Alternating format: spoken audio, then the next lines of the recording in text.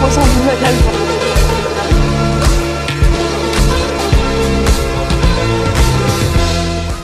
Salut à tous, donc aujourd'hui on se retrouve pour une petite vidéo explicative du montage drop shot.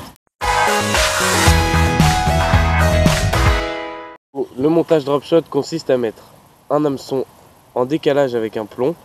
Donc on a l'hameçon qui est au-dessus du plomb avec une différence qui peut être ajustable d'environ 10, 20, 30 ou 40 cm dans certaines conditions.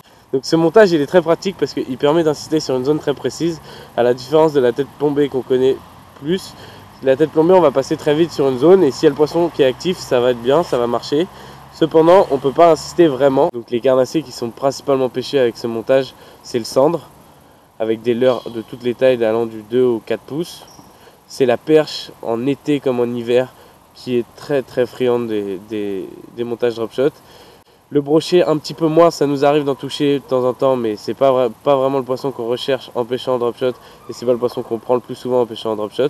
Et pareil pour le black bass, on en touche de temps en temps, mais le black bass, comme on le sait tous, c'est un poisson qui est très capricieux, qui n'est pas très souvent posé au fond, souvent posé entre les herbiers. Quand je vous parlais de l'avantage de montage drop shot pour insister sur une zone, c'est là où je vais vous montrer concrètement à quoi ça sert.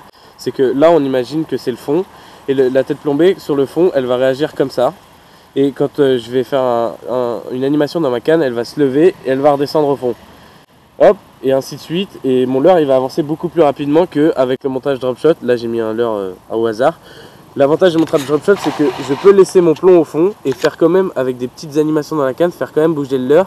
Et pour un poisson qui est, mettons, situé juste là, qui réfléchit avant de le prendre, il va avoir beaucoup plus de temps pour réfléchir, si je puis dire, parce que ça réfléchit pas beaucoup un poisson, mais bref. Il va avoir beaucoup plus de temps pour se décider à le prendre et il va attaquer. Tandis que la tête plombée, si au bout d'une fois, 2 fois elle l'a pas pris, la tête plombée elle va continuer son chemin et le poisson il va pas prendre. Donc c'est le gros avantage de ce montage. Le premier élément à faire dans le montage drop shot, c'est attacher l'hameçon. Donc pour attacher l'hameçon, là je prends mon bout de fil, je prends à peu près la distance que je veux mettre entre le plomb et l'hameçon. Je fais une boucle sans la fermer, donc on la ferme pas la boucle, donc si je la lâche elle repart. Juste je fais une boucle avec mon fil mais sans la fermer. Je prends l'extrémité de la boucle comme ça. Donc pour faire passer justement cette fausse boucle qu'on a faite dans l'œillet, il faut prendre l'extrémité de cette boucle et l'écraser entre l'index et le pouce et la faire passer dans l'œillet de l'hameçon. Donc c'est un peu compliqué quand notre bas de ligne est un petit peu gros, mais bon on finit toujours par y arriver. Donc je fais passer ça. Bien sûr là je galère, sinon c'est pas drôle. Donc voilà, maintenant j'ai réussi.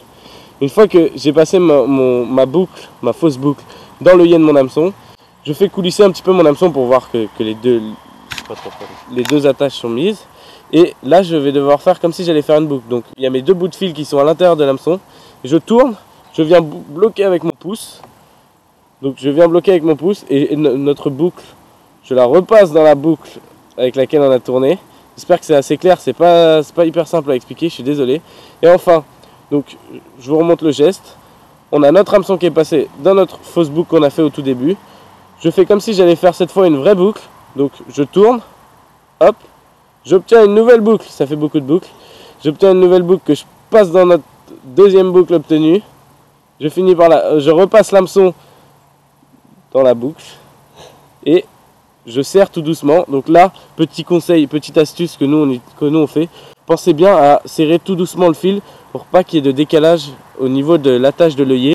Ça permettrait de rater la nage du leurre. Donc serrez tout doucement le fil et voilà, vous obtenez un montage, un hameçon bien accroché. Et ce nœud s'appelle le nœud palomar. Donc voilà, là le nœud est bien accroché. Mais malheureusement, là comme vous pouvez le voir, j'ai eu la malchance, c'est totalement au hasard. Mon hameçon est vers le bas. Et comment faire quand mon hameçon est vers le bas? J'ai une autre solution que de refaire un montage. Ça c'est une petite astuce qu'on a trouvée avec le temps.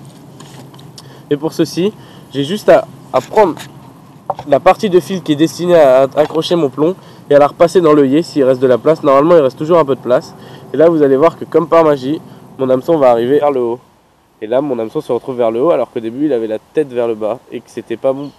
C'est pas productif du tout pour les. Voilà, une fois que j'ai accroché mon hameçon, c'est l'élément le plus dur du montage clairement. Il reste d'accrocher le plomb qui est clairement un jeu d'enfant parce que l'avantage des plombs drop shot, c'est que les plombs drop shot disposent d'un clip. Donc ça c'est le clip du plomb drop shot. C'est une espèce de de petites gaines en métal qui se resserrent et qui se resserrent tellement fort qu'elle va coincer votre fil, donc tout votre montage, mais elle va coincer, mais pas au point de le couper. Le gros avantage de ces plombs drop shot, c'est que ça permet d'ajuster tout le temps en fonction des... Parce que dans la journée, on pêche pas tout le temps dans les mêmes profondeurs.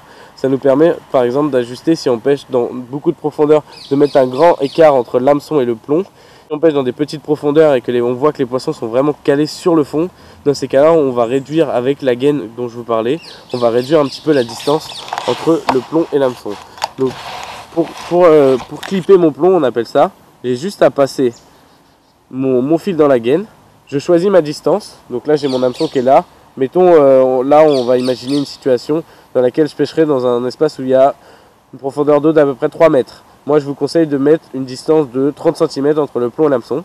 Donc mon plomb il peut se balader et pour le clipper, j'ai juste à prendre les deux extrémités et hop là je serre bien et là vous allez voir que mon plomb il est bien accroché, il n'y a aucun problème, il risque pas de se décrocher au lancer. Vous pouvez même si par malheur vous tapez sur je sais pas quoi, sur un arbre ou une coque de bateau, ça nous est tous arrivé en tant que pêcheur, il va pas se décrocher si facilement que ça et ça c'est le gros avantage.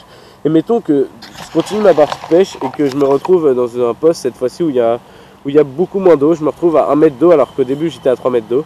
Il suffit juste que je déclippe mon plomb.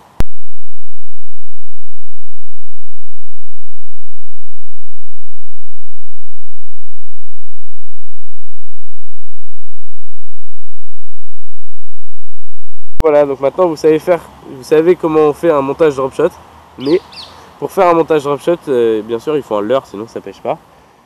Donc maintenant on va passer à la présentation des différents types de leurres qu'on peut utiliser avec le montage drop shot. Donc là comme vous avez pu le voir, j'ai mis un petit hameçon et un petit plomb, un plomb de 5 grammes, 5 grammes 5 de mémoire. Et donc ça c'est plus un montage drop shot destiné à pêcher la perche. Donc petit chat pour la perche, on peut utiliser par exemple ces Fish Us là, donc on vous mettra tous les liens des différents leurres que je vais vous présenter dans la description de la vidéo sur YouTube. Donc j'ai juste à le monter sur mon hameçon et j'obtiens un montage avec un petit leurre destiné à la perche parfaitement. Et ça me permet, comme je vous ai dit, soit d'aller un petit peu plus rapidement sur le fond quand on est en été et que les perches sont très actives, ou sinon, comme je vous ai dit aussi, d'insister sur une zone très précise qui est marquée. Et donc je laisse mon plomb au fond et après j'ai juste à, avec des petits coups de fion, faire dandiner mon leurre au-dessus du plomb et ça permet d'insister sur des poissons récalcitrants. Donc à part le Fish Us, on a aussi comme type de shad, on a le Rock Vibe. On vous montrera aussi le lien dans la vidéo. Donc le Rock Vibe, très très bon leurre pour pêcher en drop shot. Mais on peut également aussi adapter le montage drop shot pour le cendre avec des plus gros hameçons simples. Comme par exemple là vous pouvez voir un one up en 3 pouces. 4 pouces pardon. Et ce one up en 4 pouces il peut être mis sur un montage drop shot très bien, mais aussi bien. Mais par contre il faut changer la taille de l'hameçon. Donc pour cela, quand on ne trouve pas dans le commerce des grands hameçons simples, on peut également mettre un hameçon texan. L'hameçon texan, le gros avantage de l'hameçon texan, on le connaît tous, c'est qu'on ne s'accroche pas. Et nous, comme vous le savez, on pêche dans la Seine. La Seine, c'est le paradis des accros. On s'accroche très souvent. Donc on a tendance, pour le sand l'hiver, à favoriser les hameçons texans. Parce que ces hameçons texans permettent de ne pas nous accrocher. Donc on peut utiliser également une leurre de type finesse pour pêcher en drop shot. Donc chez Westin, les leurres qui s'appellent Tease, on vous mettra le lien dans la description. Donc ces leurres, ils sont très bien pour pêcher en drop shot. Il vous en dira des nouvelles dans la prochaine vidéo. Et je pense qu'on va faire une vidéo là-dessus parce que on commence à les utiliser de plus en plus. Maintenant, je vais vous présenter les différents types d'hameçons qu'on peut utiliser pour le montage drop shot. Donc par exemple, VMC a sorti un hameçon spécial pour le drop shot. Donc ça s'appelle les VMC Spin Shot. Et ces hameçons ils sont très bien parce qu'ils permettent de faire les montages rapides. Parce qu'il n'y a pas besoin de faire un nœud palomar, le nœud que je vous ai présenté au début de la vidéo. Vous pouvez voir, il y a une petite gaine en métal là et une petite gaine en métal au-dessus. Et ça permet de faire un nœud avec un bout de fil ici avec l'hameçon, avec le plomb. Et enfin le nœud de raccord qu'on fait avec le corps de ligne. Je vous montre juste la boîte, vous aurez bien sûr le lien, tous les liens dans la description. Donc après on a aussi les hameçons simples classiques. Donc ça c'est l'hameçon qui est majoritairement utilisé en drop shot, je vous l'ai montré au début.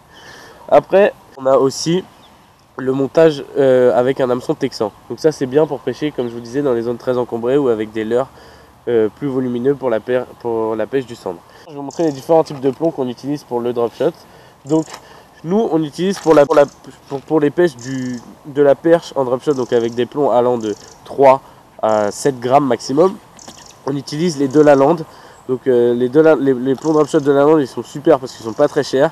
Et en plus de ça, il y en a beaucoup dans le paquet. Donc moi, je vous conseille les Dolaland. Après, vous avez aussi les plombs Drop-Shot Decoy qui sont pas mal du tout. Et après, on peut également utiliser des olives. Les olives, on perd l'avantage du plomb Drop-Shot classique parce qu'on a clip. Mais bon, l'olive, c'est moins cher. C'est aussi du plomb, donc ça marche très bien aussi. Mais l'olive, moi je vous conseille, c'est en cas de dernier recours, quand il n'y a plus d'argent dans le portefeuille ou quand il n'y a plus de plomb drop dans la boîte. Mais voilà, moi j'utilise l'olive soit dans les zones très encombrées ou soit quand je vous dis quand j'ai plus du tout de plomb Drop-Shot. Donc moi je vous recommande le montage Drop-Shot parce que pour moi c'est le numéro 1 des montages pour la perche et le sand.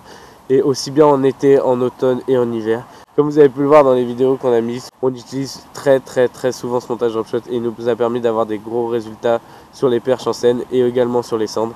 Dernièrement, on a pu faire des grosses sessions avec. Suite au Safari Carnassier, la compétition qu'on a fait, on a fait une vidéo dessus que vous pourrez voir juste là. On a fait beaucoup de poissons avec et clairement on a gagné la compétition sur ce montage et grâce à ce montage, je vous invite à l'utiliser aussi fréquemment. J'espère que cette vidéo d'explication sur le montage Drop-Shot vous a plu. N'hésitez pas à vous abonner juste là, à regarder nos anciennes vidéos là et là, et enfin de lâcher un petit pouce bleu si ça vous a plu. Ça nous fera super plaisir et ça nous encouragera à continuer. Salut les gens, tchou!